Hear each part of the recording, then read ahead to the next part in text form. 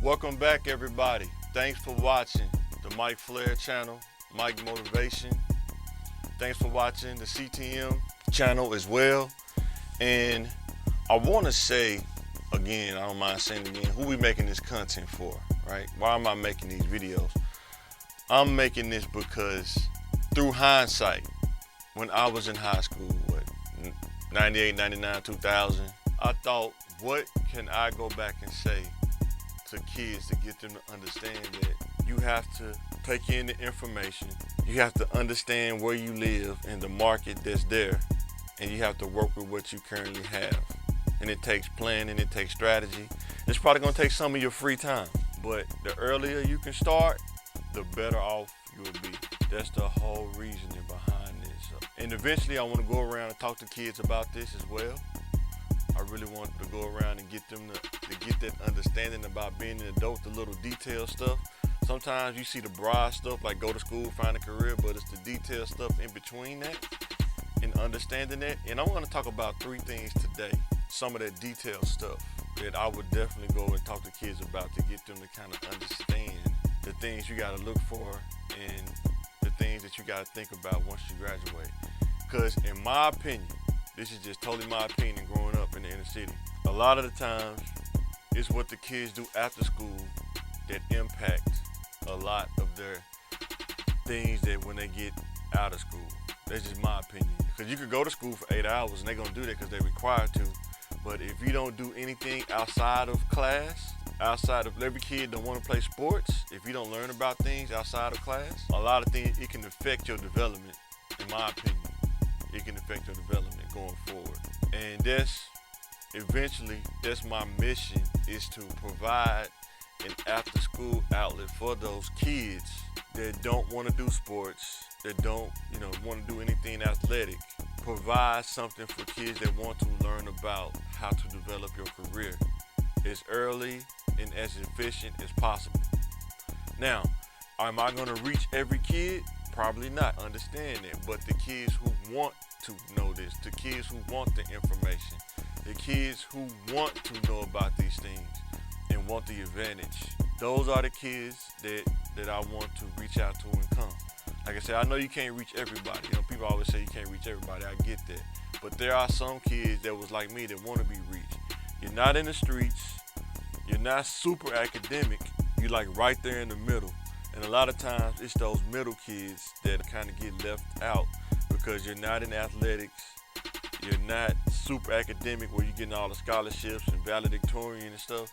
You're like right in the middle, right in the middle. And those are the kids I want to reach out to, the kids that are right in the middle. So let me know what you think about that.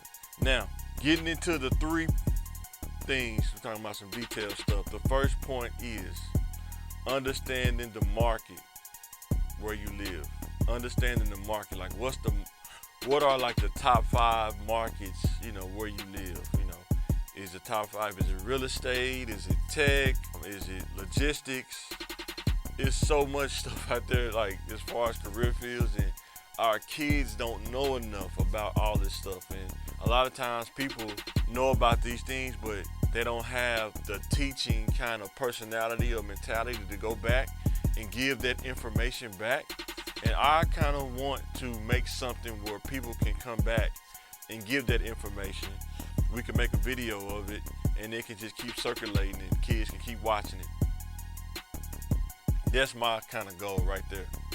So the first thing is, does my personality fit this field? Like, what is your personality? Are you an introvert? Are you an extrovert? Do you like working with your hands? You like solving problems? Are you good at sales? Good at communication? What's your personality? You have to learn that first. Before you even start, you need to know about yourself. What is your personality? And that's one thing I would definitely hone in with different kids, learning what your personality is. Second point is, what is the efficient path for this field? Once you learn your personality, you start looking at the fields, you pick one. What is the most efficient path for this field? I can say from my experience working in IT is that the most efficient path. Times have changed, but if you can start school, go to Pulaski Tech where it's cheaper, get all your core classes out the way, and major in like programming or Programming or web development, something like that, something that it will transfer to UALR, another 4-year college, and they'll take most of your credits. If they can 80 to 90% of your credits to transfer over, then you'll be classified as a junior. You probably have like 2 more years or something like that. Be more efficient with the information, and take the information in and be more efficient. That's kind of what I'm saying. How can I be more efficient? You want to be a CDL. Now, if you know that in high school that you want to get a CDL, you want to drive trucks, you can start learning and studying the CDL while you're young. When you get out of school, you can take 2 hours a day, 1 hour a day, and study that CDL. So when you graduate and you get to that age, you're already prepared to take that test and pass. Instead of getting to the age and you're scrambling, waiting to the last minute, and now you're trying to cram all this information in, and it becomes tougher. So learn what is the efficient path. Like I said, I could do a whole podcast on this, but let me know if you want me to do that in the comments. We could definitely pull that off. But it's definitely, every path has a way to get there more efficiently. The last point on this is, am I willing to commit even through the unseen things? This is the most important thing as far as details is concerned, especially as minority coming from the inner city community, is the commitment to the path. Once you have a strategy, you have a path, can you commit to it and not get distracted by, there's going to be unfairness you're probably going to face? Sure. You're going to probably face double standards? Sure.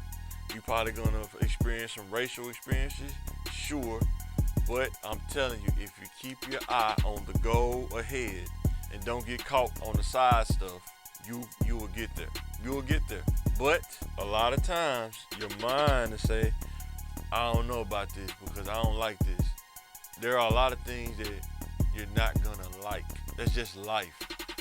But the key to life is, can you endure what you don't like to get to the goal of what you don't need to get to? That's the question. Sometimes you gotta climb the mountain to get to the top, and it's not gonna feel good. Your legs may hurt, your muscles may cramp, but can you endure through the trials? That's all I'm saying. Point number 2, always thinking about what's your next move. Are you thinking about that? You should be. That's one thing I will instill in kids. Always be thinking about your next move. Don't get complacent. Don't get too comfortable. Always think about your next move. Strategy is important. Set some milestones based on market trends. What I mean by that? Now, there is so much information out there now about market trends. You can go on LinkedIn and find somebody that works in the field that you work in, and you can see their job history, you can see their education, all of those things. You can see how long they stay at jobs for. A lot of times it'd be average maybe 4 years, and then they'll go to another opportunity, something like that. It just depends. But look at the patterns, look at the trends. Have a strategy, set your milestone based on that. Second point, monitor the market and your value to know when it is time to make moves. Like, you gotta know when it's time to make a move, but you also gotta know your value at the same time. That's why I asked them on the podcast, do you have to give up some things that you did in the past in your head to take on new things? I believe you do. I think you have to, in order to start to digest all this kind of information. Sometimes you gotta let go of some other information. That's what works for me anyway. Taking on new information, letting go of old information that's not beneficial to you. Take on stuff that's beneficial to you and get in position. Be prepared for opportunities that come your way. But you have to monitor the market. What's the market? Are the money raising up 10%? Or is it at a stagnation? Or with your value and your experience now, if you looked at another opportunity, would that be a 30%, 40, 50%, sometimes even 100% raise? And that's gonna lead right into my last point, is how the job landscape is changing. It's changing every day. Economy affects it. A company's bottom line, funds, provision affects it. And the days of longevity jobs are slowly eroding away. It's a slow erosion. It's starting to go away. A lot of companies Back in the day, you used to go work a job for 30 years, 35 years, retire, and be set up for retirement. Me, I'm 41. I remember probably in my mid-20s when jobs started to not match the 401k, depending on the company. They would not match it. First, they went from matching to like a 30% match to 20%, 10% to not matching. And you're pretty much putting in your own 401k, which is nothing wrong with that at all. I would, matter of fact, tell you to research how to start your own 401k outside of the company, your own independent retirement account. That way, you can safeguard yourself if you have to move to another position because you're not tied to that company. Don't fall for being you're tied to that company. Everything that the company offers you in benefits, you can literally do it on your own, but you have to put in the work and get the information together and figure out what works best for you. Second point is companies are not retaining talent and rewarding loyalty compared to the past. There are some companies that know that they can keep you there only for so long based on the job market, based on salary increases and stuff like that, and they just try to retain you as long as they can, but they know that it's going to be a turnover because they can't afford to pay you based on your experience and skill level that you've been in the game. So you have to understand that it's not a bad thing. It's looking at it from a business standpoint. It's not personal. So you have to realize that sometimes you can just reach your peak or your max of being at that company based on the circumstances that surrounding that company. They just don't have the money to pay you the salary increase based on the market to be competitive. So you have a choice at that point. Either do I stay or do I see what's on the market, see what's out there. Your choice. Just saying, be smart, understand it's business, not personal for both sides. And the more you can look at it from a business aspect and less personal, the better off you'll be. And we got to teach our kids that when they're younger, to understand that it's business, it's not personal. Last point, and I'm going to close out. How do you counter these things once you see the patterns change? You have to be able to pay attention and have awareness to the pattern and the market that you're in, because sometimes they do change based on the company's bottom line, based on the economy. A factor of things change, and you have to be mindful of it. And sometimes you have to make those tough business decisions. Do I stay or do I explore the market and see what other opportunities out there? Because one thing that you can count on is that your pay or your salary may not raise, but your benefits cost will raise. The cost of living will raise. Gas now is almost $3 something a gallon. It could be $5 by the end of the year. If you're making so much and you don't get a raise, it just stays locked in.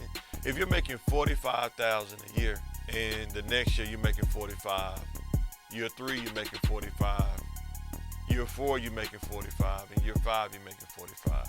That company better have a reason why you're still there and making 45,000 in 5 years. It never increased. They just give you a bonus every year. Or you better understand why you're there from a business standpoint.